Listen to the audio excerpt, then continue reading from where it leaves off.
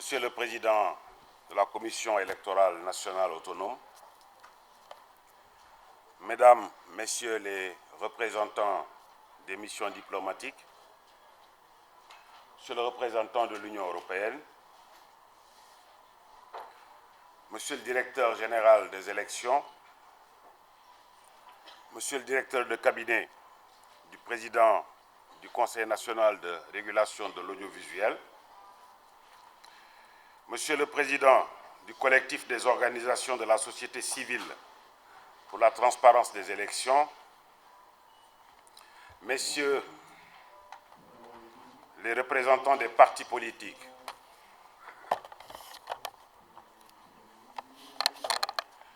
Mesdames et Messieurs les acteurs ou observateurs du processus électoral, honorables invités, distingués participants, Mesdames et Messieurs les journalistes. Au nom de Monsieur le Président de la République, du Premier ministre et de l'ensemble du gouvernement, je remercie la société civile de l'insigne honneur qu'elle nous fait en nous associant à ces activités. Je suis d'autant plus rassuré qu'elle est pour nous un partenaire stratégique. Le choix du thème de votre projet, à savoir Sakhal Diam, révèle toute sa pertinence. Il offre l'occasion à notre pays de réaffirmer son engagement pour la promotion de la paix et son ancrage dans les valeurs de l'État de droit, the rule of law. Il procède également de la volonté de votre dynamique d'œuvrer aux côtés des autorités politiques à la promotion de la paix et de la transparence dans les élections. Vous conviendrez sûrement avec moi qu'aucun investisseur ne fera des affaires dans un pays instable. C'est pourquoi notre combat commun pour Sakhal Diam au Sénégal est juste.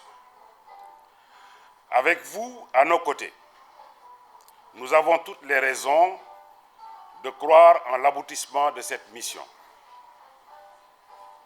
Cette volonté, loin de rester à l'état de simple déclaration d'intention, s'est traduite par votre engagement effectif à travers différentes rencontres, colloques et réunions, je dirais multiformes. Ils ont été nombreux et instructifs, ces colloques que votre collectif a organisés depuis sa création, sur différents thèmes portant sur les élections, clés de voûte de l'état de droit, sève vivifiante de la démocratie et régulatrice intangible de l'égalité politique. Nous vous félicitons de cette belle initiative, porteuse d'espoir quant à une parfaite collaboration pour la réussite exclusive de l'organisation des élections législatives anticipées à venir. Votre collectif, Monsieur le Président, reconnu dans ses efforts inlassables de recherche de paix, de consensus et de transparence du processus électoral, au-delà des félicitations, nos encouragements vous accompagnent pour la bonne marche de notre démocratie au chapitre des consultations électorales. À cela s'ajoute, Monsieur le Président, qu'en ces moments de mise à l'épreuve de notre volonté commune de réussir notre mission régalienne, la force de la société civile, répondant au nom du sacrifice démocratique nouveau, ne peut s'écrire qu'avec l'apport de tous. Les efforts de l'administration électorale seraient en effet hautement renforcés par la précieuse contribution de la société civile, des acteurs politiques entre autres, pour le seul bénéfice de nos concitoyens. Monsieur le Président, les objectifs de votre atelier et les résultats attendus déclinés dans le document d'orientation que vous avez eu l'amabilité de me faire parvenir ont retenu toute mon attention. Il me plaît de constater et de rappeler avec beaucoup de fierté le rôle appréciable que vous avez joué à l'occasion de l'élection présidentielle du 24 mars 2024 qui marquera à jamais et de manière démocratique et pacifique l'histoire politique du Sénégal. Pour les élections législatives anticipées prochaines, le processus est devenu irréversible car la date du scrutin a été fixée au dimanche 17 novembre 2024 après dissolution de l'Assemblée nationale par le président de la République. Notre quotidien à nous, c'est la préparation matérielle du scrutin. Nous sommes à pied d'œuvre et nous y travaillons inlassablement. Ces élections législatives anticipées seront soumises aux mêmes exigences de respect de procédures et de délais. Mes services, comme de tradition, ont pris les devants pour assurer à temps la formation, véhiculer le canal de communication prédéfini et mettre le matériel électoral à disposition selon un calendrier prenant en compte les impératifs à toute œuvre humaine.